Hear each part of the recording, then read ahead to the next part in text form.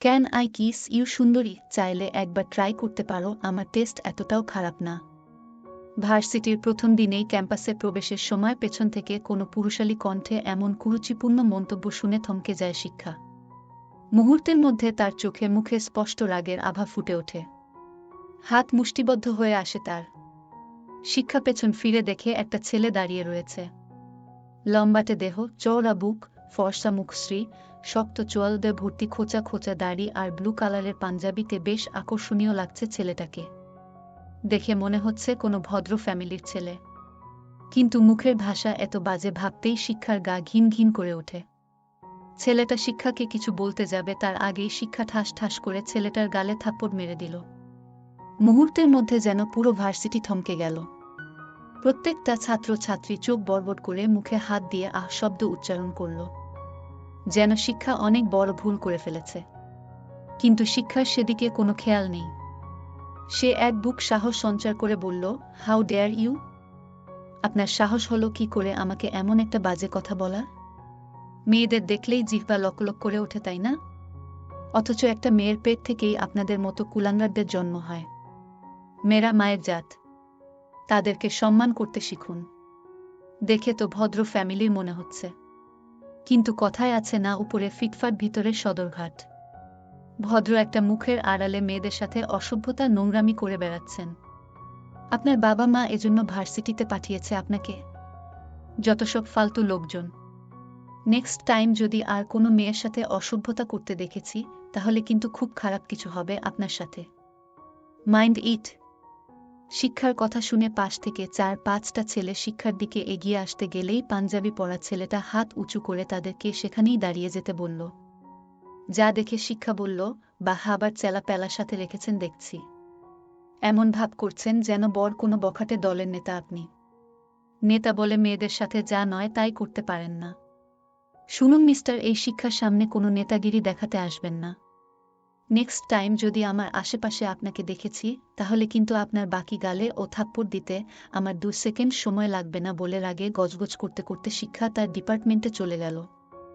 শিক্ষার যাওয়ার পানে তাকিয়ে ছেলেগুলো এসে বলল, ভাই, মেয়েটা আপনাকে সবার সামনে থাপ্পড় দিল আর আপনি তাকে কিছু বললেন না? মেয়েটার সাহস দেখে আমি অবাক হয়ে গিয়েছি ভাই। যেইখানে সাহিত্য শিকদারের চোখের দিকে তাকিয়ে কারো কথা বলার সাহস হয় না, সেইখানে এই মেয়েটা সোজা আপনার গালে থাপ্পড় মেরে দিল। How strange. মেয়েটা বোধহয় ভার্সিটিতে নতুন এসেছে। সাহিত্য শিকদার সম্পর্কে তার কোনো ধারণা নেই। ওকে তো আমি পরে দেখে নিব। Just wait and watch. শিক্ষা ক্লাসরুমে গিয়ে দেখে তার বান্ধবী নম্রতা মির্জা আগে থেকেই ক্লাসরুমে বসে রয়েছে। শিক্ষাকে দেখে নম্রতা এসে তাকে হাঁক করে বলল, হে কিউটিপাই, ভার্সিটির প্রথম দিনেই কতগুলো ছেলের রাতের ঘুম হারাম করে আসলে। কতগুলো ছেলের রাতের ঘুম হারাম হবে এটা বলতে পারবো না, তবে তাদের রাতের ঘুম হারাম করতে এসেছি যাদের জন্য 5-5টা মেয়ের বাবা মায়ের রাতের ঘুম হারাম হয়ে গিয়েছে। চল সবার সাথে পরিচিত হয়, না হলে আমাদের আসল উদ্দেশ্য সফল করতে পারবো না। শিক্ষা আর নম্রতা সবার সাথে পরিচিত হচ্ছে এমন সময় পিয়ন এসে বলল, আপনাদের মধ্যে শিক্ষা আর নম্রতা কে আছেন? প্রিন্সিপাল স্যার আপনাদের ডেকেছেন। পিয়ন যেতেই নম্রতা শিক্ষাকে কলম দিয়ে খোঁচা মেরে বলল, তুই ভার্সিটিতে এসে আবার মারপিট করিসনি তো?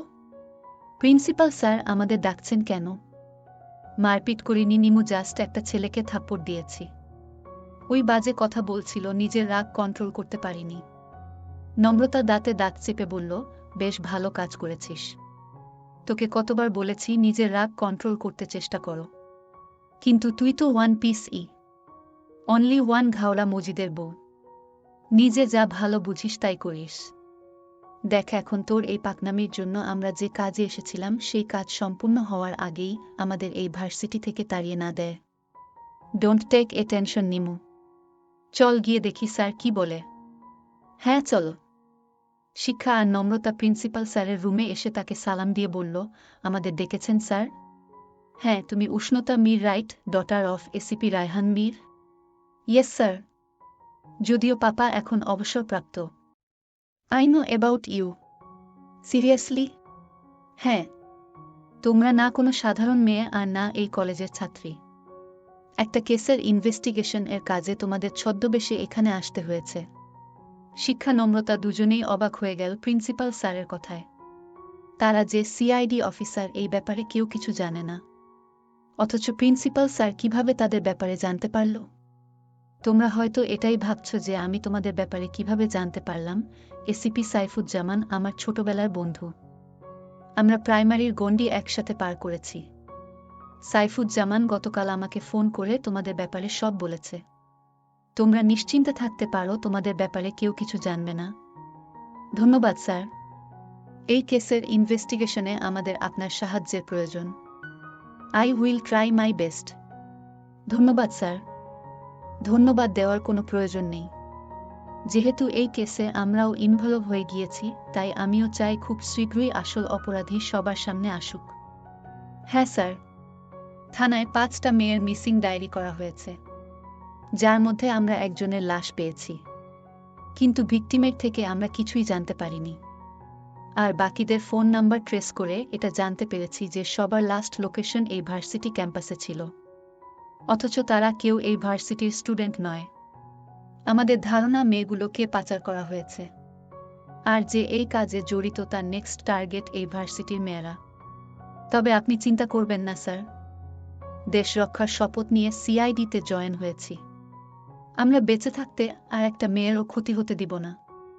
আপনি শুধুমাত্র আমাদের দোয়া আর সমস্ত তথ্য দিয়ে সহযোগিতা করবেন। এটা তো অবশ্যই করব মা। তবে এই ব্যাপারে তোমাদের আরও একজন সহযোগিতা করতে পারবে। কে? সাহিত্য শিকদার, এই কলেজের ভিপি, যে কিনা একজন মন্ত্রীর ছেলে। কিন্তু ছেলেটার পোশাক, আচার আচরণ দেখে কখনো মনে হয় না সে মন্ত্রীর ছেলে। সাধারণ মানুষের মতো চলাফেরা করতে পছন্দ করে ছেলেটা। খুবই উদার মনের একটা মানুষ। আমি তোমাদের ব্যাপারে সাহিত্যকে বলবো, সে তোমাদেরকে সহযোগিতা করবে। ঠিক আছে স্যার। ধন্যবাদ। এখন ক্লাসে যাও। Enjoy yourself. শিক্ষা নম্রতা দুজনেই ক্লাস শেষ করে ক্লাসরুম থেকে বেরিয়ে এসে দেখে ক্যাম্পাসে ছোটখাটো একটা জটলার সৃষ্টি হয়েছে। শিক্ষা আর একটু সামনের দিকে এগিয়ে এসে দেখে সেই ব্লু কালারের পাঞ্জাবি পরা ছেলেটা একটা লোককে বেদারম পেটাচ্ছে। আর আশ্চর্যের বিষয়ে কেউ কোনো প্রতিবাদ না করে উল্টো ছেলেটাকে সাপোর্ট করছে। ব্যাপারটা বেশ দৃষ্টিকটু লাগল শিক্ষার। শিক্ষা এগিয়ে গিয়ে পাঞ্জাবি পরা ছেলেটার থেকে লোকটাকে ছাড়িয়ে নিয়ে দ্বিতীয়বারের মতো তার গালে আবারও ঠাস ঠাস করে থাপ্পড় মেরে দিল।